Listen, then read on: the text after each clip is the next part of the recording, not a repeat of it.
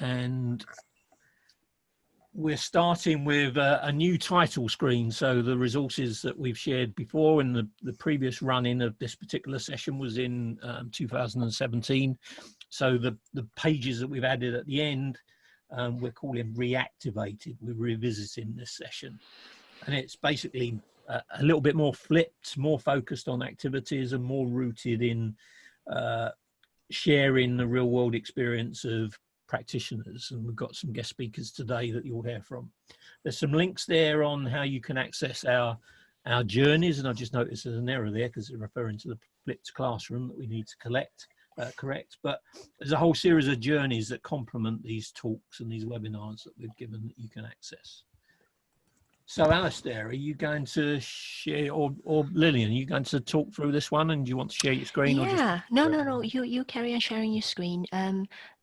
So yeah, I think when I visited this last and I shared the outline of what people wanted to learn from this webinar with the speakers so that they could kind of direct what they were going to say to cover the kind of things that people want to learn about. So yeah, very much this idea of the different tools and techniques for engaging students to kind of expose what they know in their heads so that you as teachers can then use that information. And we talked about like adaptive teaching, you know, this idea of adaptive teaching. How do we manage that? How do we do that? Martin's going to cover a little bit about how we should encourage colleagues or staff to plan for it in their sessions as well. So yeah, we're going to learn from Alex how he actually puts it into practice in different ways, and we're looking forward to contributions from everyone on how they're going to take ideas from this and implement it as well. Okay, so I think that's over to me now. So I'm going to share my screen. I'll do the sharing for this bit, Ron, if you want to. Right. Stop that. Thank you. I've just been also, if somebody could keep an eye on Georgie, yeah. Yeah, I've sent a little note. So what we want to look at, we did set you something as a pre-session task. How do you get live feedback? And very grateful for those of you that did get the time to do it. And obviously this is one way in which you can get a sense of where students are. We've tried to get a sense of where you are by looking at how you get live feedback to let us know what you already know. So this is in rank order, but I think one of the things that's interesting on the Tricida is that rank order gives you a good sense of who voted for what and what their pros and cons were. And we really encourage you to come back and have a look at this. Here is the link to this particular page if you wanted to kind of follow this on your own in a minute. And you can have a look down and look at different ways people are working. Now there's a lot of digital stuff at the bottom, but don't dismiss things that go down to the very bottom, because sometimes things down at the very bottom can be brilliant. They might not necessarily be digital, they might not necessarily have lots of people doing them, but things like focused listing exercise, just listing out what you as students think the key points from last lesson were. What were the things you can remember? So have a look at that in your own time. Just a reminder here that in terms of brain-based learning, and we've tried to root all the FutureTeacher resources in good cognitive, neurologically sound processes. So we've got some examples there from our brain-based learning materials that we've put together. There's also inclusive practice. So what you're doing here is really important for inclusive practice as well. And we've got some evidence and models you can look at.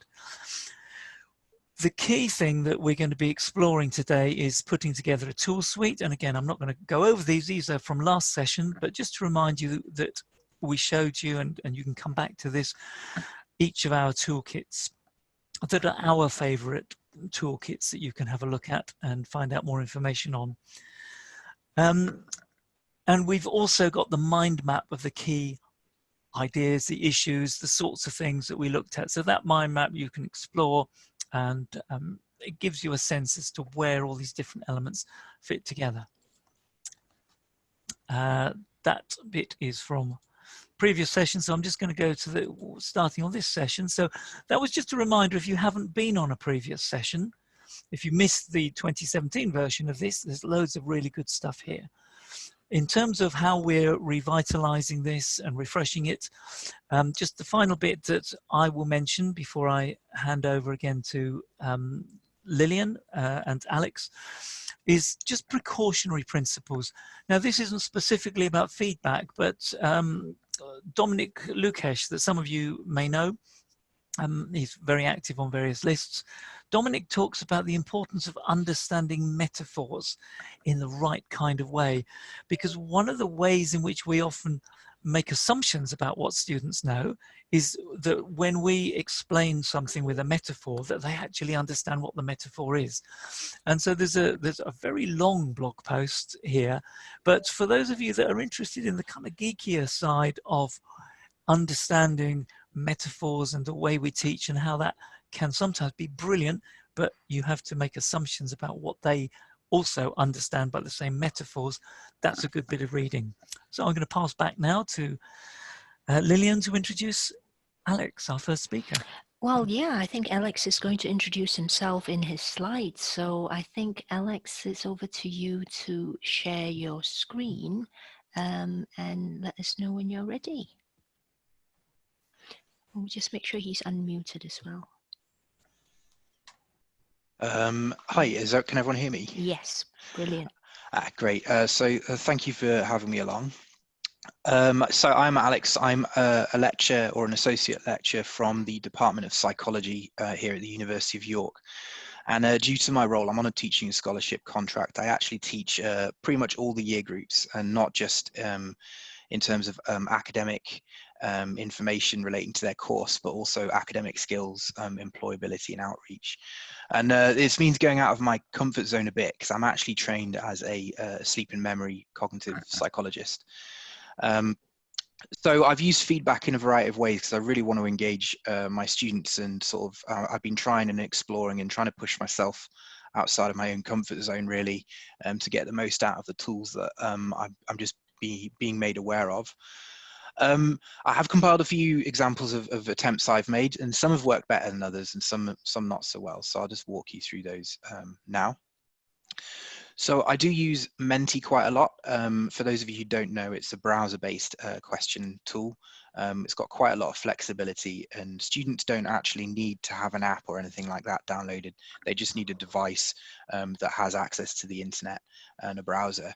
And I find the open questions very useful for a couple of reasons. First of all, it's good for overcoming shyness, just as a sort of pragmatic point. If you've got a class of 200 people, they can send in messages. And also you can spot patterns in the data they provide.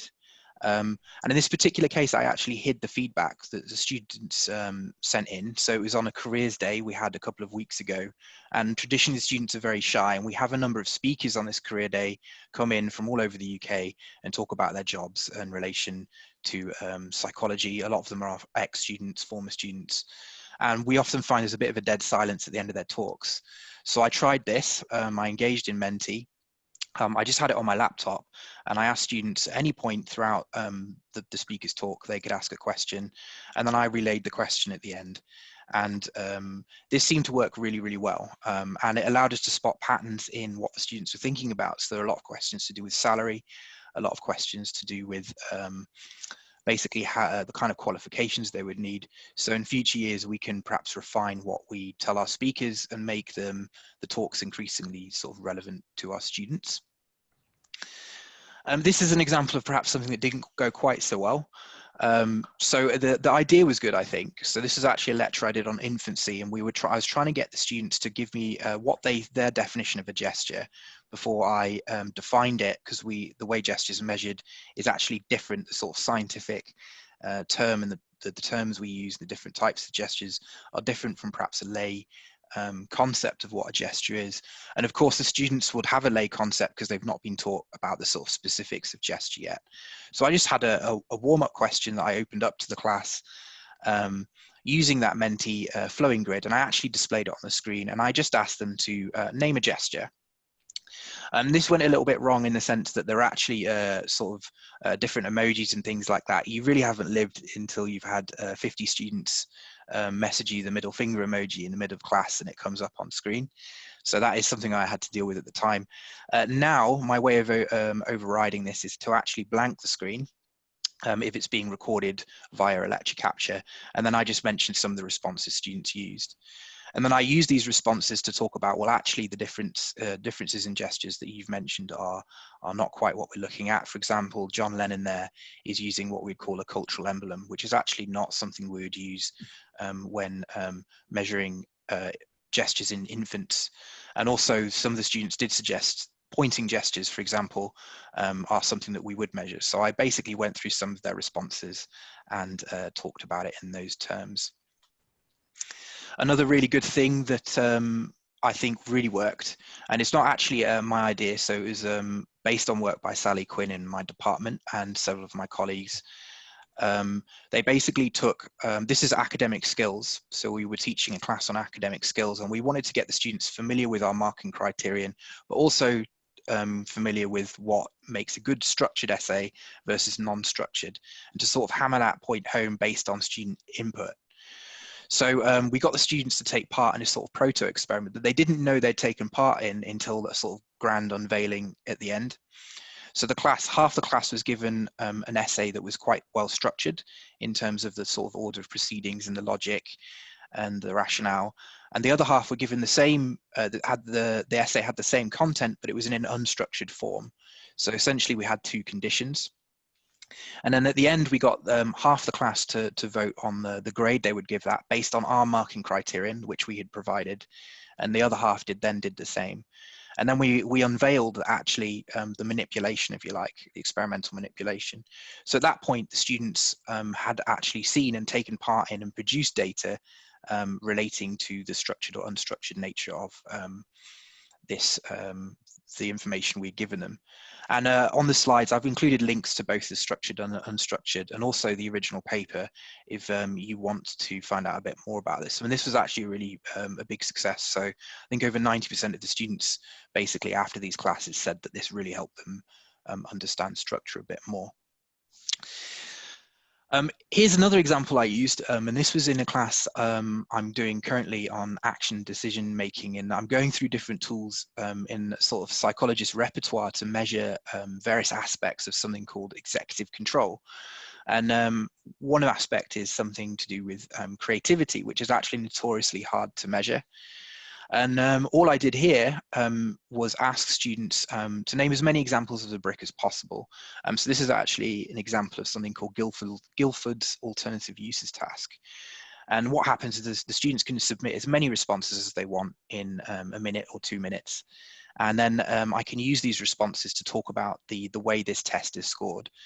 So for example, a lot of the students perhaps rather worryingly said they would use it as a weapon, which would qualify as a sort of fairly common response, but other students would give more exotic examples of the types of tools, the things that they could use a brick for. So for example, grinding it up and turning it into a vase is perhaps a more novel use. So that would be one way of scoring it.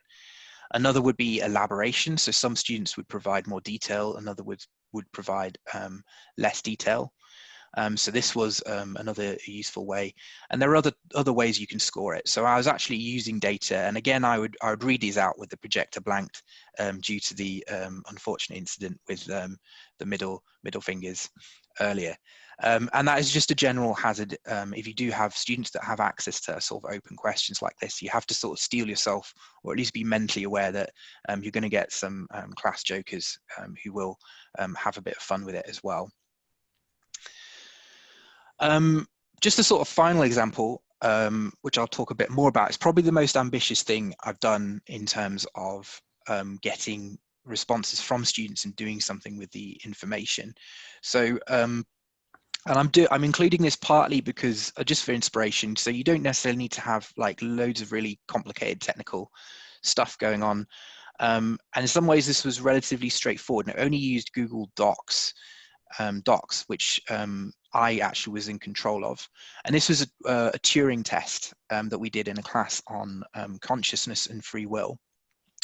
And I was trying to illustrate the aspects of the Turing test. And I was really going to ask students afterwards, you know, whether do you think this is a good test of whether artificial intelligence can fool you into thinking it's human or not, which is what one of the things that the Turing test does.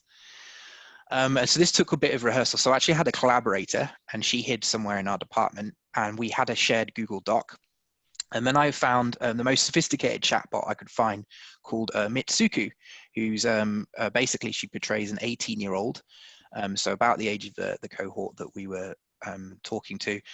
Weirdly, she identifies that she's from Leeds. I don't know why, but that's not that there's anything wrong with Leeds. It's just a feature of that particular chatbot. And then we practiced, myself and my sort of confederate hidden in the department, a sort of series of questions. So the students were allowed to ask any question whatsoever from us. And then I would type into this document a question, and it would either be for individual 1 or individual 2. And in one of those individuals was the chatbot, and one was the confederate responding as herself. And there's a link there to the actual Google document containing the sort of transcript of the dialogue that went down. And what was interesting about this is that I was actually blind to who was the chatbot and who was the human as well. So we'd rehearsed everything. So my collaborator just copied and pasted the responses of the chatbot. And then when she responded as herself, either as individual 1 or individual 2, I think she was individual 1. We rehearsed the timing, so even that would be the same. So the only thing that would be different was the responses. And then students just basically asked what they wanted. And it was quite interesting. It was interesting for me as a lecturer because I didn't know what really would happen. And it turned out to be very engaging. The students really got into it. And we ended up with a transcript, which was very useful. So they actually voted the Mitsuku as the real person in the end. So Mitsuku passed the Turing test. And some of the students were a bit doubtful about this. So we could use the data that they provided to ask Mitsuku the same questions that we did in class. And that Mitsuku then said the same responses back. We also used, I was making the argument that the Turing test might say a little bit more about the people taking part rather than the AI. So I was showing examples such as if the AI responds back with a question, that can sort of trick you into thinking that perhaps there's more going on cognitively than there actually is. And just to finish, just some more things I want to do in future. I was thinking of small modular components of a lecture that I can sort of swap in and swap out based on student feedback. So for example, in my course on movement at the moment, maybe get some students to give me an example of some movement that they take part in, such as netball, and maybe have some lecture slides that are tailored specifically to this, so it links back to what the students know, and they can anchor those messages in terms of their own experiences. Mentee also has an advanced feature which allows you to download data, which might be useful for statistics. So you get the students to actually do a task, then they can download the data after class and perform their own analysis on it. And lastly, I just want to have more focus group discussions because that is just something I've not had a chance to do yet. And I also think that is a pretty useful tool. And that's it for me. So thank you. That's brilliant, Alex. That's quite a lot of activity there. I wonder if people have any questions. I haven't seen any questions come up in the chat for Alex. If not, just add your questions as you go. But we'll get started with Martin Nozak next, who is from Cardiff. And again, I think Martin is going to introduce himself. But if anyone has any questions for Alex, please do pop them in the chat, and he can help to answer them. Thank you. Thank you, Lily. Welcome, everyone. I will just share my screen with you. It's a pleasure and opportunity to talk in this series, and I'm gonna talk today about feedback and Mentimeter. So I'm glad that Alex kicked off with Mentimeter, and he mentioned some bad experience with Mentimeter as well.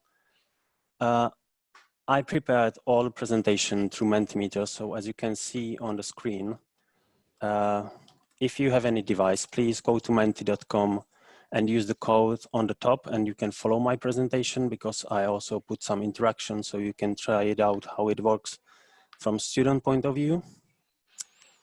And my title, Knowing What They Know at Cardiff University, and I put down a subtitle which says, we also want to know what they think at Cardiff University, because we took Mentimeter as a feedback tool to gather feedback from students. So we don't only measure their knowledge, we also want to know what they think about courses and modules, etc., about teaching, learning. Just to give you a brief background about Cardiff University, we are Russell Group University, biggest in Wales. We are focused on research rather than teaching. We have 30,000 students, 5,000 staff. Previously, we didn't have any institutional student response system, but now we are only 9 months with Mentimeter, and we promote it as a polling and voting tool rather than presenting tool. But for today's purposes, I decided to present all the presentation through the Mentimeter and give you opportunity to react and interact as well. Sorry, I skipped too early. So I think it's easy way for webinars to present all through the Mentimeter and get the interaction from audience immediately, get immediate feedback, and there is some limitation with regarding Mentimeter and in comparison with PowerPoint, but I think for these purposes it's efficient enough. So I'm coming to my first interaction with you, and presumably all of you have any device. So if you don't mind, and if you can, please contribute or respond on this question. Have you ever used any students' response system in online environment? Because I would like to talk about online environment and how you can use Mentimeter or any other students' response systems in online environment. And as you can see, I hide results. So that's another feature that allows you to interact with audience and make it more flexible. So I can see 37 of you already voted or responded, but I hidden the results. In matter of time, I will show the results, and it gives me nice overview that few or most of you have used it in online environment, and now I know that I don't have to go in depth as much, which is good for me. So getting feedback in online environment using Mentimeter. As we can see, this type of online interaction is synchronous, but we also use asynchronous interactions. So some students, some academics create polls and deploys them in their modules, and then let students vote on various things to gather feedback. So they ask them in our institutional VLE, which is Blackboard, about this module structure or course structure, if they are happy with assessment instructions, if it's clear enough. So they gather different feedback from students, if the materials are sufficient, if they are accessible enough. So you can see there is various type of things you can ask students online, asynchronous, and then find out what they think and act upon the results. Just carry on with getting feedback in online. Flipped learning approach can benefit from voting participation as a formative knowledge check for students if they went through the material enough, or as an opener for in-class activities after this flipped learning delivery. I would only stress that knowledge check doesn't mean MCQ always. So please don't stick to MCQ. In Mentimeter, there are various type of questions. You can use them throughout your activities, throughout your presentations.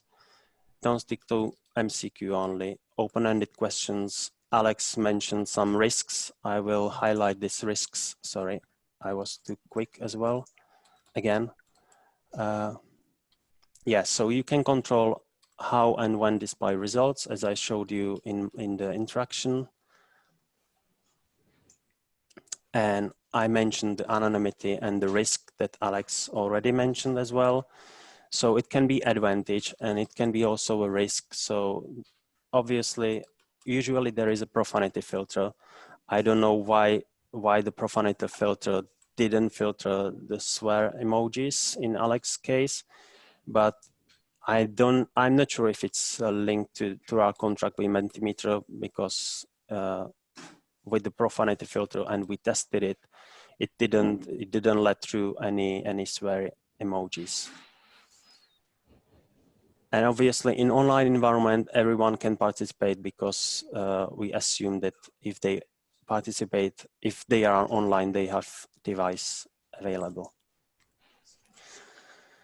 So this image illustrates a feedback from students about module outline in word cloud, and academic provide this activity at the beginning of the module in VLE in Blackboard, and then he did the same activity at the end of the module, and he's got completely positive responses.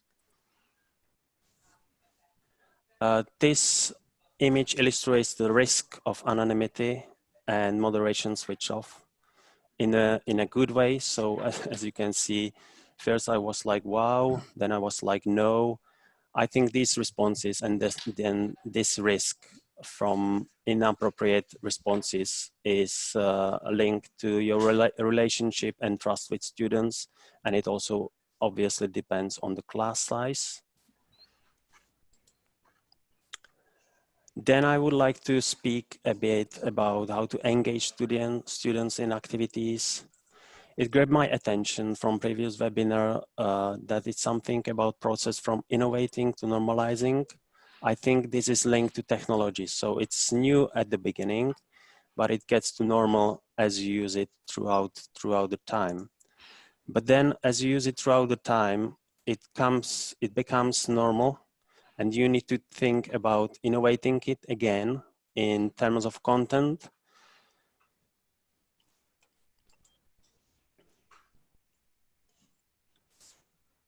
And it all depends on the structure of the question, how you pose the question, and what type of question you use, and where do you place the question as well. If you engage with students, I would stress it's anonymous activity. The responses are anonymous, and it's for formative purposes. Always you can change the way you ask students so they can respond as a group, and they can discuss the outcome, and they can come to consensus and answer in a group or response in a group. Next activity, in my second question, I try to find experience with less participating students, because as I said, it can become routine if you use this activity again and again. And I would encourage you to think about the design, maybe change the type of question or the way you ask. Thank you. I need to move forward. So what we do to promote good practice at Cardiff University, at the moment, it's a really early stage of using Mentimeter here at Cardiff. So we will be establishing focus group and establishing academics champions who will create good practice guidelines and produce some case studies. We will also run webinar series on collaboration with Mentimeter. It should be up to 30 minutes from the experience from academics. We are in touch with Mentimeter. They offer app-in messages which are available to all users, and it again allows us to promote some events. And lastly, there is a shared place within Mentimeter, but at the moment we're trying to find the best approach, as many people are sharing their presentation which are not the best practice. and not very exemplar. So there need to be established the process to approve only best practice presentation, and it's still in development. And just to finish off, we created some self-help resources on our internal web pages, and we also ask, if you struggle with technology, where do you look for support? And as you can see on the first place is I ask my colleagues. So we decided to go this way to create, to establish some Mentimeter champions and allow colleagues to talk to them. We also asked them about their experience and opinions. And then there is a last interactive slide from my side where I'm asking you about your agreement with these statements. So if you can provide me your responses, that would be great. And thank you very much for that. So if we can get people popping in their final responses in there, and then any other questions that you've got for Martin, if you can pop those into the text chat, and then Martin can answer those as we go along through the rest of the session. So as you're popping things in there, thank you very much, Martin, for that. So we've had two really interesting examples of thoughtful implementation of a particular type of tool.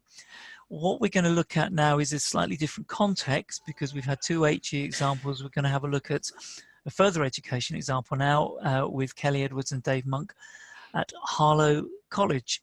And they're going to talk through not just the sort of tool aspect, but there's also a bigger college framework that they're going to look at. So if you finished your, have you finished your voting? Get your voting finished, and we can have a look at that again towards the end. I'm going to share my screen.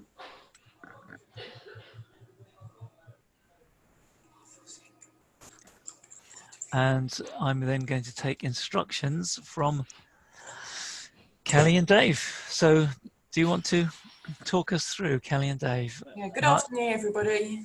My name's Kelly Edwards. I'm the Director of Quality at Harlow College. And I'm Dave Monk, and I'm e-learning development coordinator at the college. Today we would like to really briefly speak to you about our digital journey, about how we've encouraged our staff to use a range of tools and technologies for their everyday teaching and learning. And we want to talk to you about how that's actually enabled us to change the culture within the college. We've also been asked to focus around something we call the 4 steps to success, which is the way in which we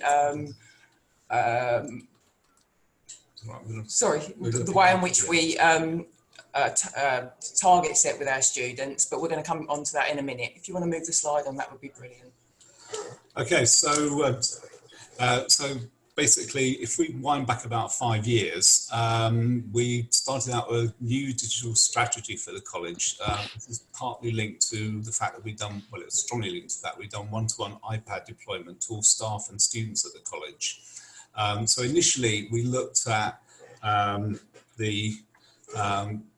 what we call the core 5 digital learning tools and apps, and we introduced into that in particular thinking about the feedback side of things here, Padlet and Shobi, but also Notes and OneDrive, which offered those possibilities, but they were very much about kicking us off, and it was about really developing a toolkit for staff to use. After the first year of using the core 5, we expanded that to what we call the top 10.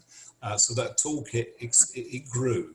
And what we were trying to do is change the way that staff were working traditionally, moving on from more sort of lecture-based, those sort of scenarios, so that they could become far more interactive, but also to improve workflow and gain, most importantly in all of this, more feedback in real time, in a sense.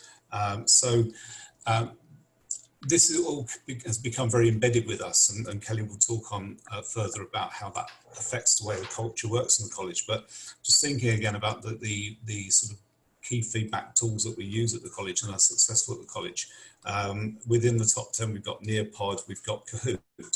Kahoot is great, although having said that, we would advise very strongly that people shouldn't get hung up or get set on using one feedback mechanism. It can get very boring if all they ever do is Kahoot. So we've also got Padlet and Shobi, which is much more about interacting with learners when they're sending their work for assessment and getting feedback on their assessment and comments on that. So really, there are a range of different ways in which the top 10 work, but outside of that, we're always keen to encourage staff as they build their confidence, and many have, to use other tools that they feel happy with. So there are staff in the college, for instance, who will use Socrative quite happily in the same way that they get that whole feedback inbuilt into what they're doing. So really, I think in a nutshell, what we've done is we've moved things on so that we've now got a chorus, our staff across the college confident using a range of tools from the top 10 and others, where feedback is very much part and parcel of what they do day to day. Yeah, we can move on. I think it's really important for people to be aware of when we look at the digital top 10, what we're not asking staff to do is to use all 10 apps and learning tools. What we're saying to staff is look at how you deliver and look at what you want to do and look at where you think a digital app or learning tool would actually enhance your lesson and use it.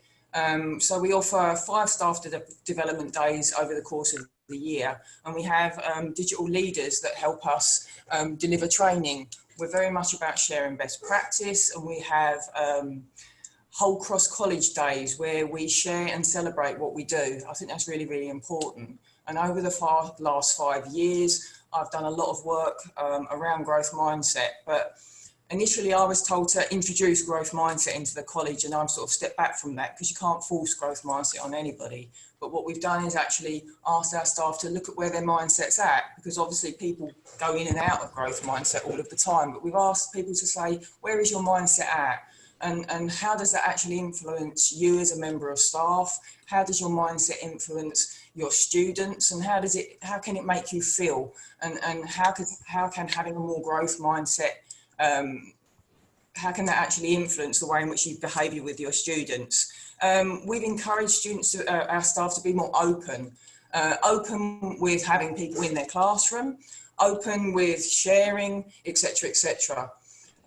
What I also actually decided to do was to change the way in which we observe our staff. So when I first came into role, our staff were observed with grades, with grade 1 being outstanding. And if I observed somebody and gave them an outstanding grade, obviously I was the best observer ever.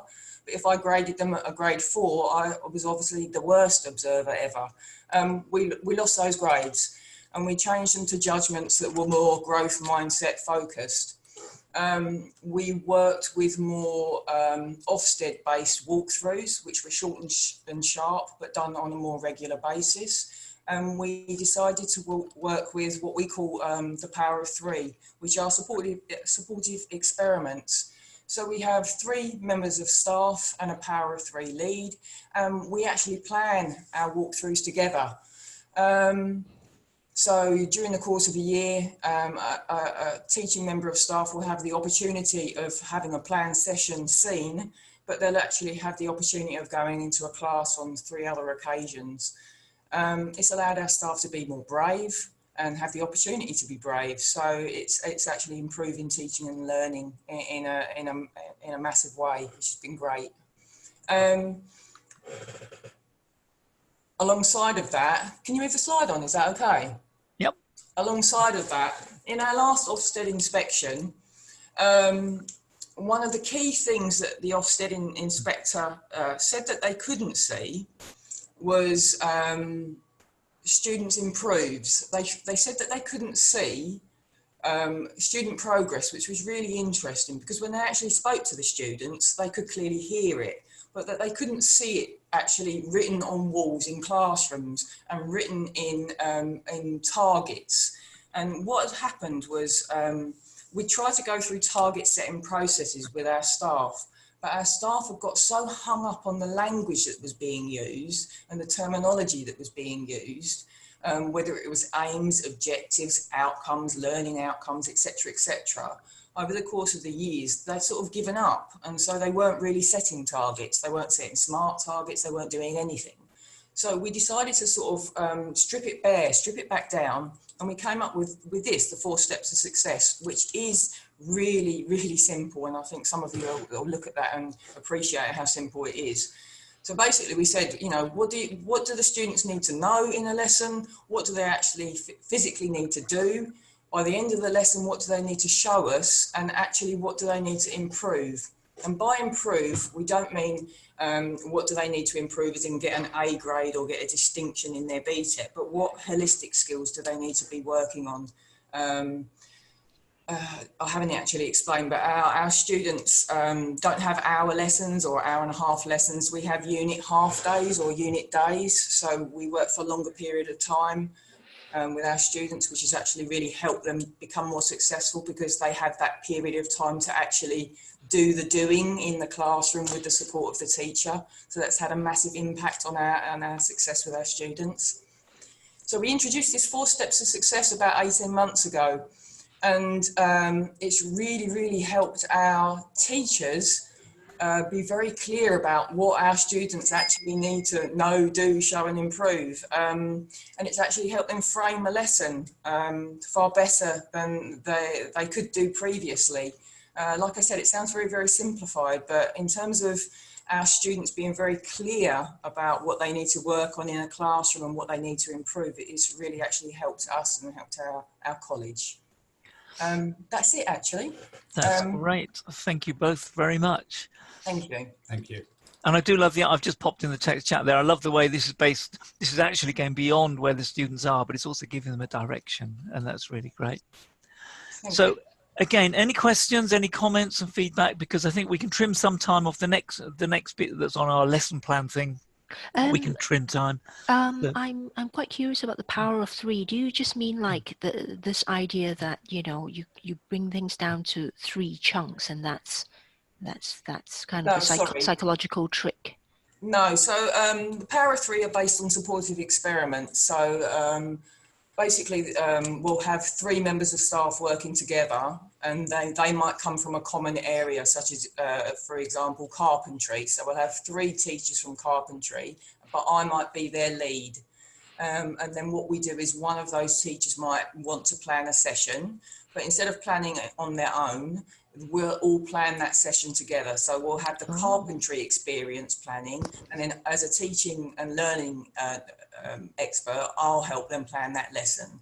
Then as a group, we'll all go and observe that lesson together, and then we'll all feedback together how we feel that lesson went, and then we'll all reflect on how that lesson went.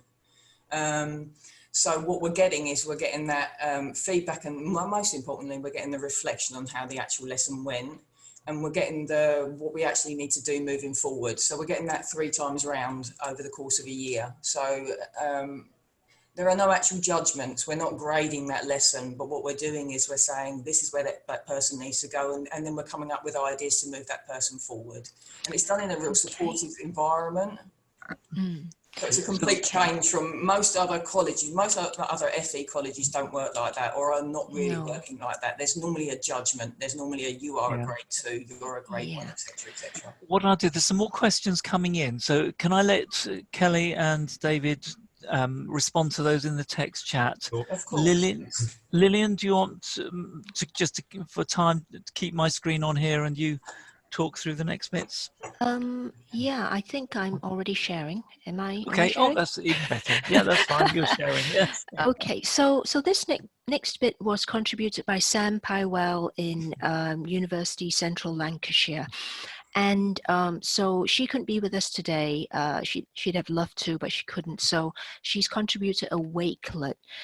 Now, in our previous webinar and session 2 years ago, Ron, Alistair, and myself created an example of our tool suite. You know, we've already heard from others in the chat and from looking at Alex and Martin, and then Dave and Kelly's presentation, this idea of having a set of tools can prevent things from getting stale, if you like, whether it's the practice of it or just the novelty of using something else.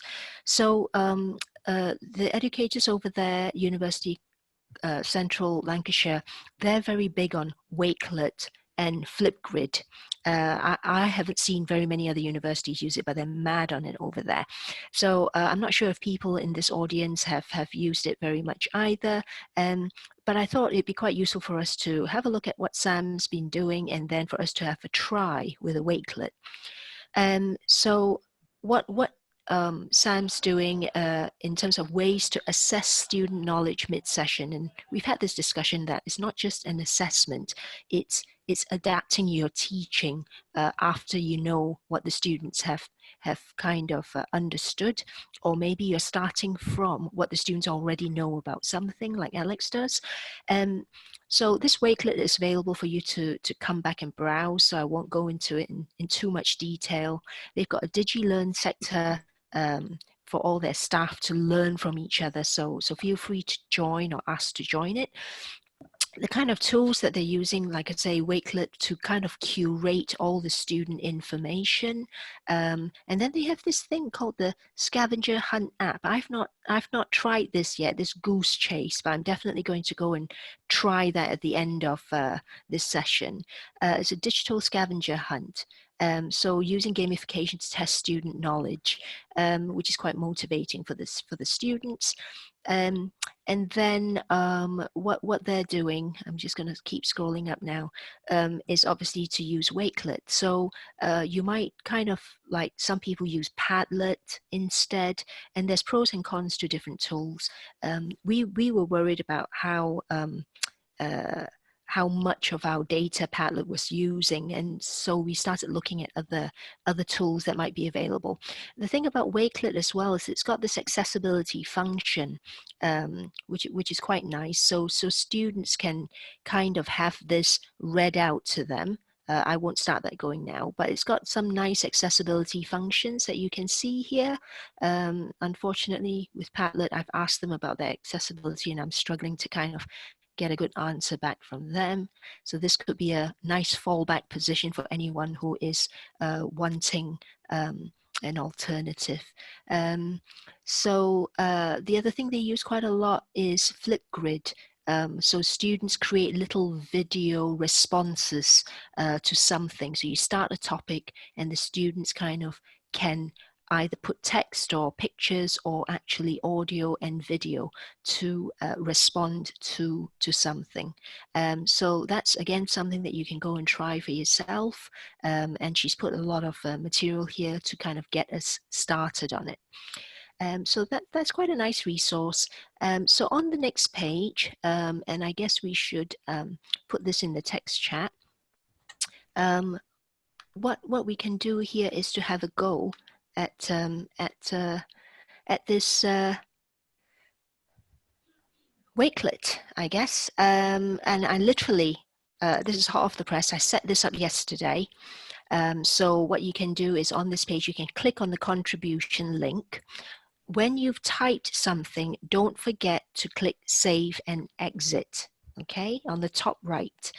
So what we're looking for here is to for you to add the kind of tools that you use with learners. So I know, for instance, that if we had Dave and Kelly enter all the different kind of apps that they use, because you mentioned about 10, it'd be quite nice for you to kind of add into this Wakelet some of those tools that you've been using, because I guess they're part of your suite of favorite tools, right? Okay, so a few years ago, my favorite suite of tools was Google Slides, uploading to Blogger, and a tool called iPadio, which is no longer functioning. So people have to move on and sometimes adopt different tools. So what are some of your favorite tools? So feel free to come in here as well and click a plus sign anywhere and add your favorite tools. And then you can come back and visit that list whenever you want. Okay.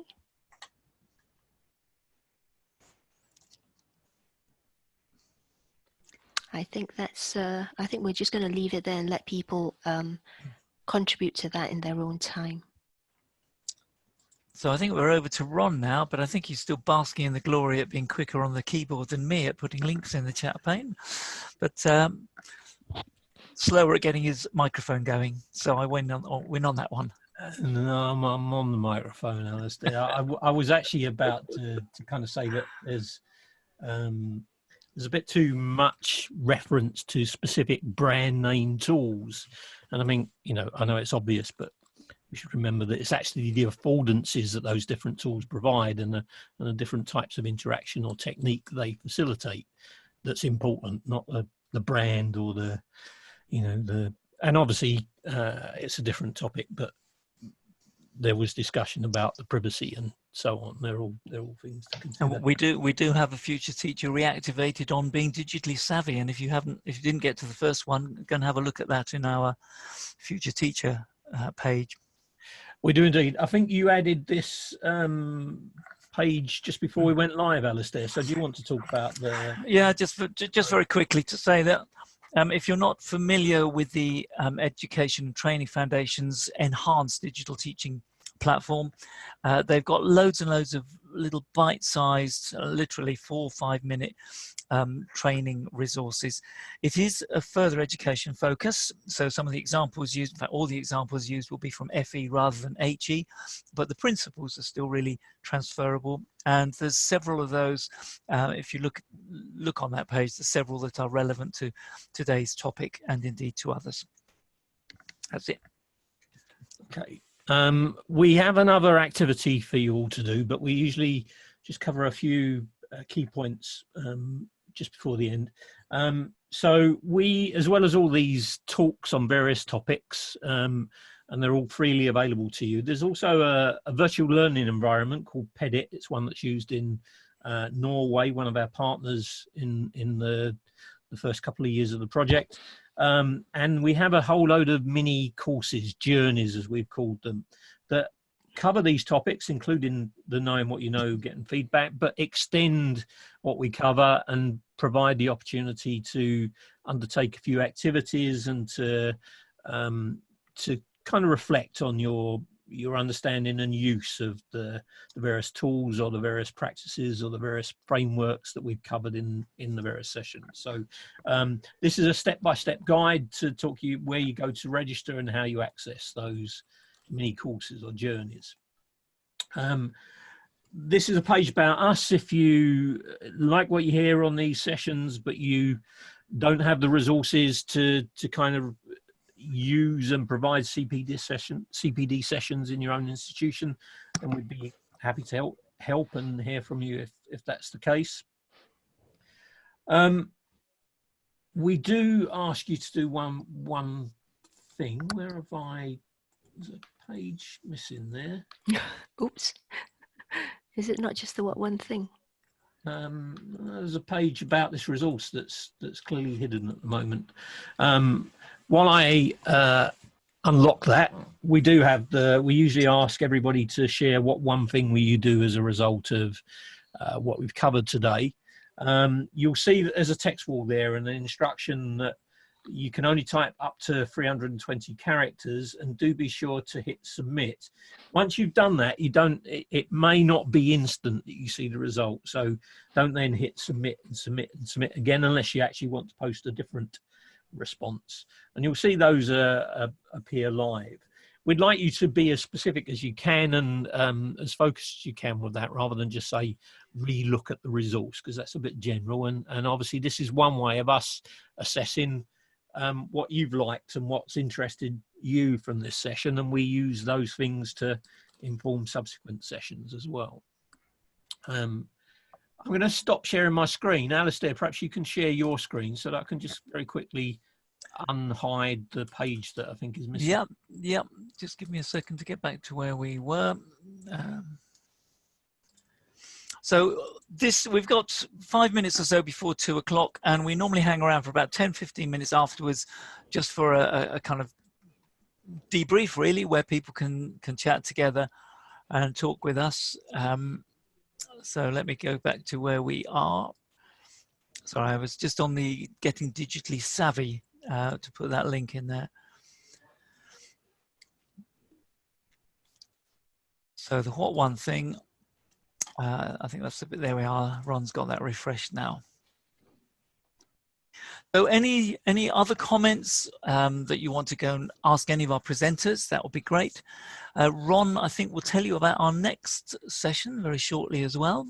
Well, actually, Alistair, if you use the table of contents, go back to the About This resource page. Yep. I was expecting it to be at the end, but it's actually further back, so way up the tree. So About This resource.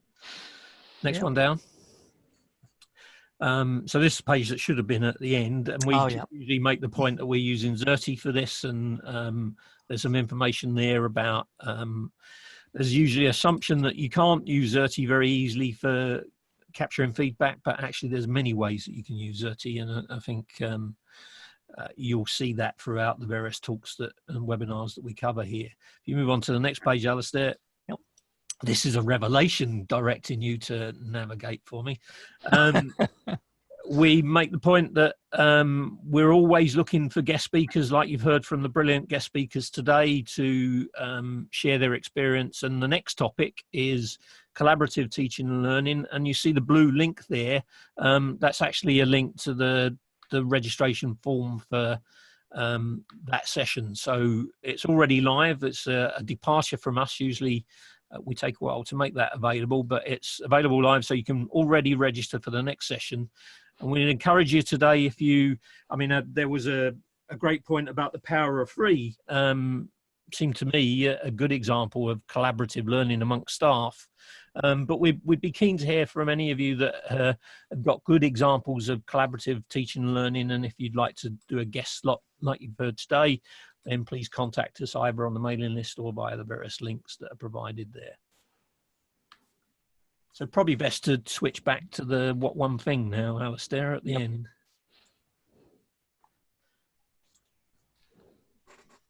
Oh, I probably need to refresh. Oh, no, I'm there. Yep. I really like the simplicity of that framework. You know, you can just imagine staff remembering what to do quite simply when they're trying to kind of prepare a lesson or even think through their program.